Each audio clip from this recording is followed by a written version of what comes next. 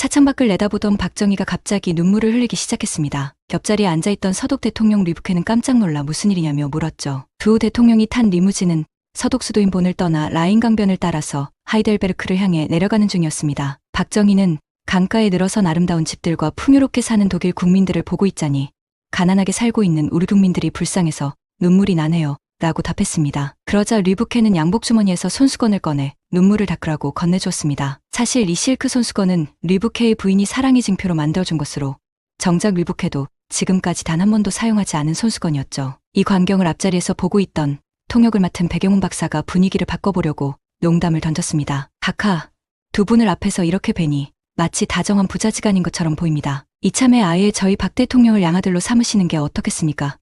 그러자 리부케가 껄껄 웃으며 좋지.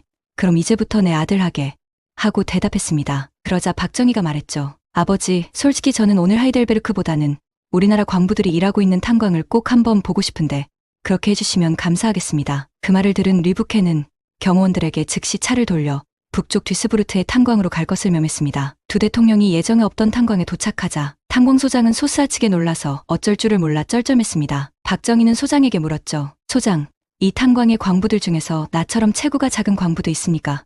소장이 그렇다고 대답하자 그럼 내게 맞는 작업복 하나 갖다 주시겠소.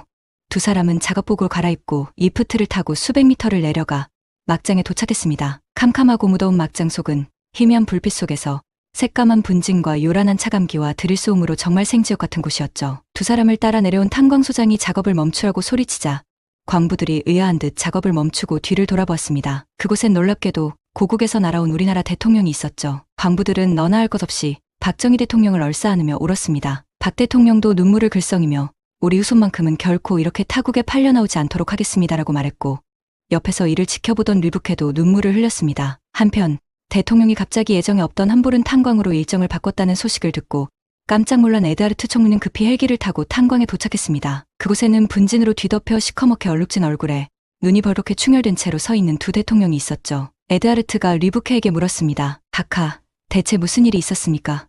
그러자 리부케가 대답했습니다.